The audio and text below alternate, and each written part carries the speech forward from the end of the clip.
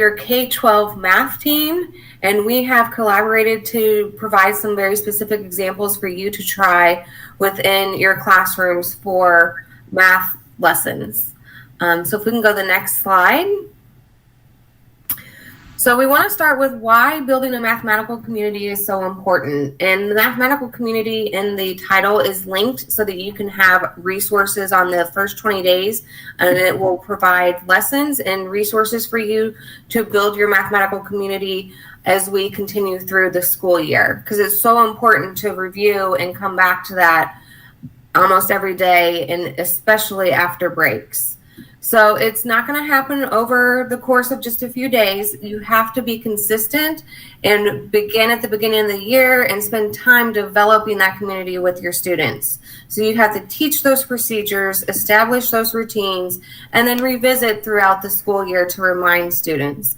And once you get in that habit and they know, then everything's going to go a lot more smoothly. I know when I was in the classroom, I would review them so often. They'd be like, we know. But then I knew that we had established our routines and our procedures, and we were able to move on much quicker throughout the lesson.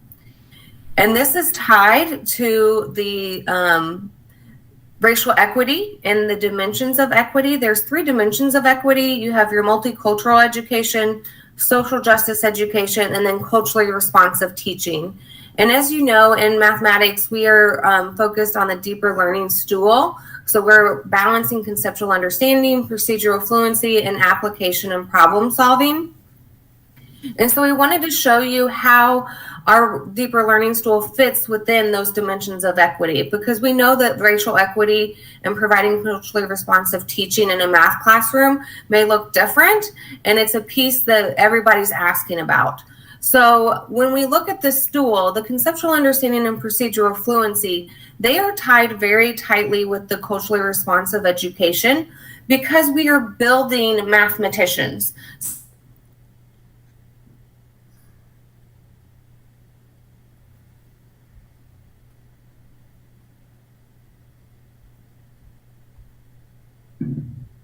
Am I frozen, or is Sara? I think it's Sara, Andrea, that we've lost. So since you and I are still talking, and I'm showing on the YouTube live that we have excellent connection, I think Sara's dropped her internet. So.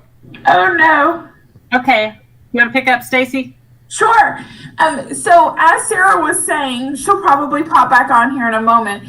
But within our work and our building with the the conceptual understanding and procedural fluency, and how it ties to the culturally responsive teaching, we are building mathematicians. We want students to be able to see themselves as a mathematician in their everyday life. And that doesn't necessarily mean that they're here doing some great research and they're doing all of this, but they're appreciating and recognizing where those skills and analytical thinking that have been developed to add curiosity has been woven into their educational experience through their culturally responsive teaching. Then as we move into the application of our mathematics, which is the move for us in our deeper learning stool, those connect to the multicultural education and the social justice education, where we're really celebrating the diversity of thinking that students bring to the table. What strategies or what thinking, what approaches, what do they already have in their individual toolbox that they can bring to the table and add to critical discussions, their perspectives, their plans on how they can approach a situation and a problem through their mathematical understanding as well. So next slide. We are wanting to really kind of take that idea of racial equity and how does that tie into the math. And this is why our procedures, such as our routines, our beliefs, and how you're building that authentic engagement really happens. And what can we do in order to build that up? So how do our beliefs, routines, and procedures build that authentic engagement within our community? So I want to piggyback off of that as we talk about how these routines and procedures and authentic engagement build that community, and seeing our students as mathematicians and helping them see the mathematician within themselves. And that starts at a really early age. So as we focus on numeracy, it's based on our beliefs. These are Joe Bowler's math norms that we've adopted in JCPS. And as you look at these 7, you'll find them linked in our elementary frameworks right at the top, because our kids need to see and know how successful they are as a mathematician. They need to know that mistakes are valuable and opportunities to learn. We actually grow synapses when we make mistakes and then persevere. So we're working with that. Questions are really important. In my math classroom, it wasn't always great. When I raised my hand and asked a question, sometimes I was shamed and told to put my hand down because I wasn't, quote unquote, listening. But listening with the kids, they come to us with different perspectives. So we know it's about creativity and making sense and building that intellective capacity that Zaretta Hammond talks about, and the ability to learn math. So you can hear that we're deeply passionate about this, and this is the foundation of our mathematics classrooms in JCPS. And I just want to give a shout out to several of our teachers. Miss Bronner, that's going to be on this afternoon, is going to talk about herself as a mathematician and how she weaves these within her classroom at Brett Frank. So as we think about intentional connections, so looking at the right is an interaction, like how are we keeping track? I've noticed myself, it's a much greater challenge in the virtual world than it was live, even with professional learning and when I go into classrooms. So I've gone in with teachers and collected data on their kids for them, because we used to be doing 1,000 things at once as teachers, and now it seems that we're doing 10,000 things at once in the virtual world. All right, I might be exaggerating a bit. But then you see on the right, so how are we monitoring that? We know what gets monitored, what gets done. We know what gets celebrated is what kids imitate. So how are we doing that? I think back to our presentation this morning when Christy talked about not calling kids out. Well, let's call out mistakes in a positive way as opportunities for learning. And then as I think about the power of yet, that word has huge implications. When kids get frustrated, and that happens, when I get frustrated, I remind myself, I might not be able to do that yet. When we add that word, they know we believe in them. And that little growth mindset card is actually a shout out that Miss Badwan gives in her classroom every week. And I can't wait for you to hear from this team of teachers, 1:30 today, about how they're building this in their classrooms. All right, and so we think about that, and here's one example of a number sense routine. On the left, you see an elementary, and those are all live links to procedures and routines that we're going to talk about. And at the top right, you see the middle and high school. We're truly this K-12 vision as we're building mathematicians in Jefferson County, because you're building the mathematicians in Jefferson County. And it's all based on research. And then there's NCTMs, like what are teachers and students doing when we're getting evidence of student thinking? When we focus on thinking more than the answer, then kids have an entry point. And so one of the routines that's a really quick win is which one doesn't belong. It's a quick win because there's multiple answers. So then our kids aren't afraid. We've lowered the stakes. It's okay to say anything, and they start to accept that it's about their thinking and not about rightness and wrongness. So there's the teacher moves. So if I were here with you, if we were live together in a smaller meet where I could interact, we'd be doing this. But on the virtual learning channel, this looked like the best format for us to handle it. So there is a website that's linked there, but the teacher moves are you review the protocol. So you ask kids, which one doesn't belong and why? And so you give them some think time, which is super awkward right now in the virtual world. But I have witnessed some teachers doing amazing things. They've used their phones. They've sat back. Teachers are like lean back and say, I know you know this. And like they're giving kids signals virtually with body language to give them that think time. Then we provide explicit instructions on how they're going to engage. Are they going to use hand signals? Do you have a jam where they're going to move something to? Is it going to be in the chat? Like they need to know how, and then we're consistent with that. And then we present the problem. So there's the problem, and we give that wait time. We ask for volunteers. After we can see, we ask kids to agree or disagree during the discussion. And then we repeat till we get all the answers. Now, what are the kids doing? Well, they're the ones doing all the heavy lifting. They're thinking, they're using appropriate signals, they're sharing what they believe, they're actively listening. And a great way to practice active listening is ask them to repeat back what someone else said, or if they agree or disagree and why and what's different. They're providing add-on thinking. That's our questions. Can you say one more sentence about that? Can you tell me how? How is your thinking like his thinking? And then we give them a moment to reflect. What a great opportunity to write in math, to have time to solidify their learning. So there's our norms one more time. So as we think about which one doesn't belong, which of these norms did you see? Or might you see? I dare say, maybe all of them. So those are how we know the routines and procedures that we do are helping build mathematicians and equity in our district.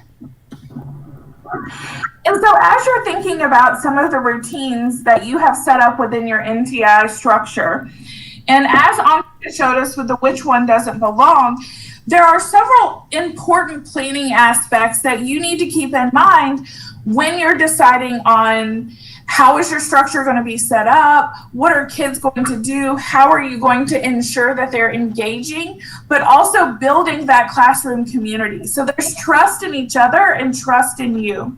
So within this, this list gives you some ideas that you would want to kind of create routines to support a positive math culture within your NTI setting. So warm up. As students enter the session, what are specific things that students are going to do during that first 5 to 10 minutes as students are logging on? You know, they may be logging on, having a little technical glitch. What is going to be their task or their indication? As mentioned, Andrea, I believe you mentioned it before in the last session, a teacher comes on and has taught the kids some sign language in the elementary world just so they can quietly communicate with each other as they're coming on while you're taking attendance. What might be some attendance structures as opposed to the traditional calling the kid's name and saying here or not? What are those routines that you're going to do with students pop on? Setting expectations for your Google Meet. When kids log on to your Google Meet, what are some things that they should do before? What are they going to do during? And what are they going to do after? Andrea, if you'll pop to the next slide, and I'd like to, I think it got taken out. Pop back then.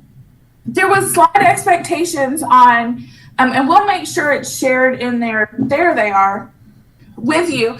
Some Google Meet expectations. This was created, I believe, by one of our middle school teachers, Sara, who utilizes this when students are preparing for their live sessions in NTI. So here's some great things to think about when setting up your structure and expectations. As we move into the possible use of breakout rooms, clearly define what is the expectation within your breakout room. What are the instructions that students are going to do? I believe Andrea on the next slide shows a possible breakout room. Slide. Another place. It was after. It's okay, no big deal. But with the breakout rooms, what are the clear expectations? So if you're having students document thinking on a slide, what are the instructions for them to do and how are you promoting and giving that information? That's okay. No big deal. Go back to where we were. Okay. Go to the slide right before that when we're looking at routines. No big deal. We've put a lot of extra resources in here so that you can have some time to look and think about what structures do I want within my classroom. And so the last little bit of routines we want you to think about are what are signals for readiness within the conversation, within your live session. I know right now, especially at the secondary level, there may be some struggle to get kids to turn on their video because like they just think about, you know, do I want to show my face, things of that nature. How can we take the video and make it a purpose and provided a reason for us to work with it. So you can use your video on off as just a readiness indicator in a specific period of time. Maybe you've given a task, and as Andrea mentioned, that wait time as an indicator that they're ready to move on. They could just flip their video on. And then once you're ready to move on with the lesson or move on with some of the conversation, they can then turn it back off. You can utilize some of these things that we're seeing as barriers for our benefit within our routines. Hands with cameras on. So as you're coming in and kids are working together or engaging in a task, maybe giving them a visual thumbs up, or utilizing index cards or some sort of indicator with a hand signal that 5, I need a few more minutes. Using chat protocols. What are specific reasons and structures that you can implement within the chat, not just for sharing answers, but sharing when they're ready to discuss the answers? Because again, we're wanting to elicit student thinking when building that. We're not 100% focused on the answer. We want to see what kids are thinking and how do I really provide signals that they're ready for us to move on and talk about that. And then the waterfall chat, having something loaded up in the chat, but not dropping it in or hitting enter until you hear the word waterfall. So then students can actually go back and read each other's, compare, and you can have discussions for those. And so Sara, Andrea, anything you want to add as we move on? Yeah, I can go over these next 2 slides because these are how students enter classrooms that we've been in. So Ms. Wong at Frost uses a slide like this every morning when students log on. So she greets them when they come in, and if they come in a little early, they can have a discussion of how their day went or their weekend. But then every morning they have the first 5 minutes so that everybody gets logged on. She has these expectations posted and what they need to do when they first log on. And then she has a timer so she knows that they won't go over that 5 minutes. And that allows them to get entered, ready, and so that they're ready to start the lesson for the day. And if you go to the next slide. Oh, timer started. So this is just a modification of a way to take attendance. This one has a form on there, and the form just asks for first name, last name, and what class period. And then I put the picture of the squirrels on here so you can see, but it's a social emotional check-in. So each day you can build this into your attendance form and start to build that, continue to build that classroom community. And so this question is, what squirrel do you feel like today? And so students pick which squirrel they want, and then you can discuss that before you move on. It was really cute. I saw this in a classroom, and the squirrels that they chose and why they chose them, I was like, oh, I love this. And so there's a lot of different pictures like this that you can use to build that classroom community. And then if you want to go, yeah, that's the classroom expectations for just a Google Meet. Here's the breakout rooms. So on the next slide, she has the expectations. So you're going to do your job and do it well. Make sure your video is on and it's a distraction-free space. Unmute and participate. Have fun. Give respect, get respect. And you do have good ideas, so share them. And then on the next slide, she has roles for students. So in each breakout room, there's a questioner, timekeeper, reporter, material manager, and encourager. And so when students go into their breakout rooms, there's a slide for them to put who's which role. So then every student's engaged in contributing to the breakout room. And if you go on to the next slide, you'll see how she has that organized by group. So then she can either assign them the role, or they can decide once they're in their breakout room which role they should have. Okay. And this is a secondary example of identifying a breakout room. So in the top right-hand corner, those are the clear expectations and questions that students would need to answer as a reminder. And so these will be cards that students will have to match, but then they would have to add a text box in order to answer those questions and collaborate in some of the same protocols that Sara had mentioned for the middle school. But within these structures, there are clear purpose and clear procedures and routines that have been established with intentional planning beyond that.